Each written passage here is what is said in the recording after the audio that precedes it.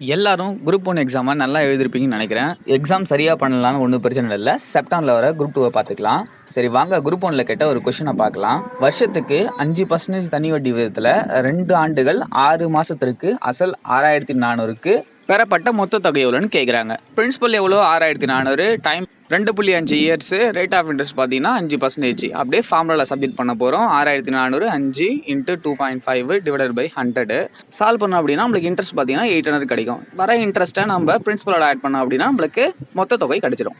6400 + 800 எவ்வளோ 7200. ஸோ அப்படியே வெயிட் பண்ணுங்க, ஒரு கொஸ்டின் தரேன். இந்த கொஸ்டினுக்கான ஆன்சரை கமெண்ட் செக்ஷனில் சொல்லுங்க. கொஸ்டின் என்ன பார்த்தீங்கன்னா சேம் அதே மெத்தடில் கொடுத்துருக்கேன்.